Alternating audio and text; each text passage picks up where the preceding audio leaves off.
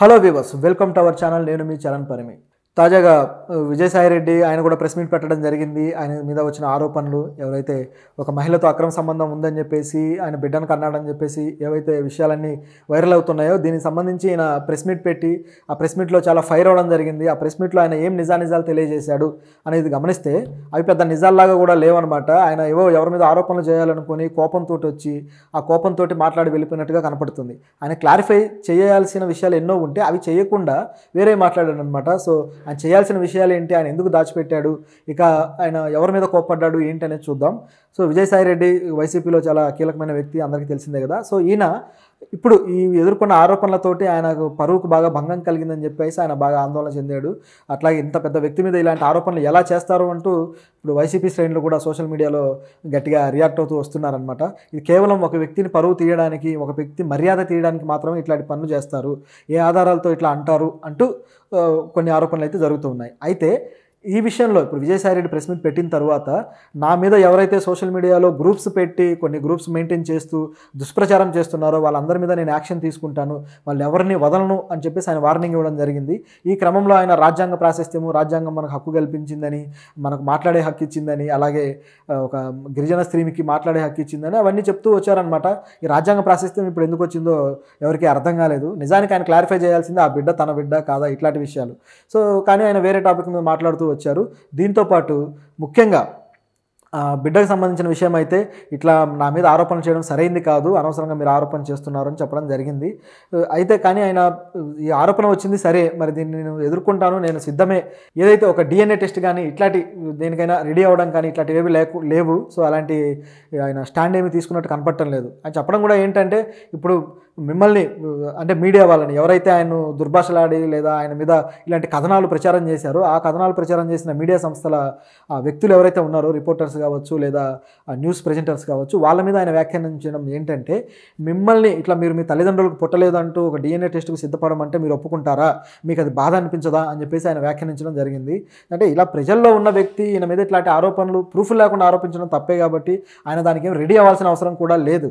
అది ఏ కోర్టు నుంచి ఆర్డర్స్ వస్తేనో దేనికి వస్తేనే రెడీ అవ్వాలి తప్పితే ఆయన అవసరం లేదు. కానీ ఖండించాల్సిన అవసరం అయితే ఉంది, కానీ ఆ ఖండన కూడా జరగలేదు. ఈ మదన్ మోహన్ అనే వ్యక్తి ఎవరైతే ఉన్నారో ఈయనను ఖండించలేదు. ఈ వ్యక్తి ఎలాంటి వ్యక్తి, ఈ వ్యక్తి ఎందుకు ఇలా చేశాడన్న విషయాన్ని ఆయన ఖండించలేదు. కామ్గా లైట్ తీసుకున్నాడు. మరి అదెందుకు అలా చేశాడో అర్థం కావట్లేదు. దీంతోపాటు ఇంకా తేలాల్సిన విషయాలు చాలా ఉన్నాయన్నమాట. మరి రిసార్ట్ ఏదైతే సాయిప్రియ రిసార్ట్ ఉందో, సో ఆ రిసార్ట్కి సంబంధించిన ఆ భూములు ఆయన చేజిక్కించుకున్నాడా, ఆ భూముల విషయంలో ఉన్న ఆరోపణలు కూడా ఆయన ఆన్సర్ ఇవ్వలేదు. సో ఈ అంటే మీడియా వాళ్ళు మరి దాని మీద ఫోకస్ చేసి అడగలేదు అనుకోండి, కానీ ఆల్రెడీ ఆరోపణలు వచ్చిన తర్వాత నిరూపించుకోవాల్సిన బాధ్యత ఆయన మీదే ఉంటుంది కదా. మరి ఆయన కేసులకు రెడీ అవుతున్నాడా మరి ఏంటో తెలీదు. సో ఆయన నిరూపించుకోవాల్సిన అవసరం అయితే ఆయనకు ఉంది, కానీ ఆయన సైలెంట్గా ఉన్నాడు. అది కూడా పోయింది. తర్వాత ఆయన చెప్పే విషయం ఏంటంటే ఈ సోషల్ మీడియా గ్రూప్సే కాకుండా ముఖ్యంగా కొన్ని ఛానల్స్ మీద ఆయన దృష్టి పెట్టాడనమాట. ఆయన ప్రెస్ మీట్లో అత్యంత కీలకమైన విషయం ఏంటంటే ఈ ఛానల్స్ వ్యక్తులు ఎవరైతే ఉన్నారో వీళ్ళ మీద యాక్షన్ తీసుకోవడానికి ఆయన ముందుకొచ్చాడు, ఆయన వీళ్ళ మీద యాక్షన్ తీసుకోవడానికి ఆయన చర్యలకు ఉపక్రమిస్తున్నాడు అనేది మాత్రమే ఇందులో ఉన్న కీలకమైన విషయం. అంతేగాని ఇప్పటిదాకా జరిగిన ఆరోపణల విషయంలో మాత్రం ఆయన ఏమీ నోరు మెదిపినట్టు కనపడటం లేదు. సో ఈయన ఏమంటున్నారంటే ముఖ్యంగా ఈ మహా న్యూస్లో వచ్చింది ఈ టాపిక్ అంతా కూడా మొట్టమొదటగా ఈమె తోటి ఈయనకు ఇట్లా సంబంధం ఉన్నట్టుగా బిడ్డను కన్నట్టు ఈ మొత్తాన్ని ఒక కథలాగా మహావంశీ గారు ఆయన చెప్పడం జరిగింది ఆయన న్యూస్ ప్రెజెంటేషన్లో. అయితే ఈ న్యూస్ ప్రెజెంటేషన్ కార్యక్రమం వల్లే ఇది మొత్తం వైరల్ అయిన తర్వాత మిగతా పత్రికలు మిగతా సంస్థలకు కూడా మొత్తం వైరల్ అయింది. అయితే ఈయన ఆ వ్యక్తి ఫిర్యాదు లెటర్ని కూడా చూపించడం జరిగింది, ఇది ఫిర్యాదు అని చెప్పేసి. అట్లాగే ఈయన చేసే ట్వీట్లకి సంబంధించి ఆ కింద కామెంట్లు ఈ శాంతి గారు పెడుతూ ఉంటే ఆ కామెంట్లు కూడా చూపించడం జరిగింది, వీళ్ళ అనుబంధం ఇది అని చెప్పేసి. సో ఇదంతా చూపించాడు అనమాట. అందువల్ల ఈయన మీద ఆయన కాస్త టార్గెటెడ్గా వ్యాఖ్యలు చేశారు విజయసాయిరెడ్డి. ఈ వంశీని వదలను, ఈయన అంతు చూస్తాను, ఎలాగైనా సరే నా తడాకా చూపిస్తా, నేను పగబడితే వదలను అన్నట్టుగా కొన్ని వ్యాఖ్యలు చేయడం జరిగింది. ఒక సవాల్ చేశాడు గట్టిగా చెప్పాలంటే. సో ఈయననే కాకుండా కొన్ని ఛానళ్ళు ఏవైతే ఉన్నాయో వీటన్నిటి మీద నేను యాక్షన్ తీసుకుంటానని చెప్పారు. అయితే చూపించని ఛానళ్ళు, ఈ టాపిక్ని చూపించని ఛానళ్ళు, ఈ టాపిక్ మీద పెద్దగా ఫోకస్ చేయని ఛానళ్ళు కొన్ని 4 ఉన్నాయి. మిగతా ఛానళ్ళన్నీ కూడా ఒక కులానికి సంబంధించిన ఛానళ్ళు అంటూ ఆయన మళ్ళీ దీనికి కులం రంగు కూడా పూశాడనమాట.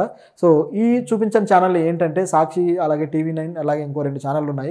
సో ఈ ఛానళ్ళలో మాత్రం చూపించలేదు. కానీ ఒక కులానికి సంబంధించి ప్రభుత్వం ఏదైతే ఉందో ఈ ప్రభుత్వానికి అనుకూలమైన వ్యక్తులు ఎవరైతే ఉన్నారో వాళ్ళ మీడియా, వాళ్ళ కులానికి సంబంధించిన మీడియా మాత్రం ఇదంతా చూపిస్తూ వచ్చిందని చెప్పేసి కులానికి సంబంధించిన కార్డు ఇక్కడ ప్లే చేశారనమాట.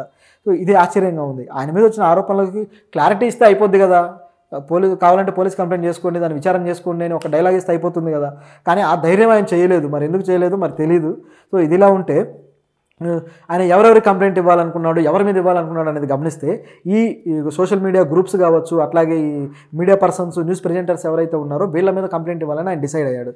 అది కూడా ఆయన క్రైమ్ శాఖకి, అట్లాగే ప్రెస్ కమిషన్కి, అట్లాగే ఈమె మీద వచ్చిన ఆరోపణల దృష్ట్యా, శాంతి అనే వ్యక్తి మీద వచ్చిన ఆరోపణల దృష్ట్యా దాని మీద కూడా సీరియస్గా తీసుకొని ఆయన మహిళా కమిషన్కి, మహిళా హక్కుల కమిషన్కి, అట్లాగే ట్రైబల్ కమిషన్కి, ఇట్లా అనేక కమిషన్స్కి ఆయన కంప్లైంట్ చేయాలని చెప్పి డిసైడ్ అయ్యాడు.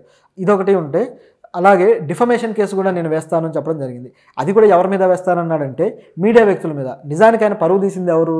ఆ ఫిర్యాదులో ఆయన పేరు చేర్చిన వ్యక్తి. సో ఆ వ్యక్తి మీద కదా డిఫమేషన్ కేసు వేయాలి.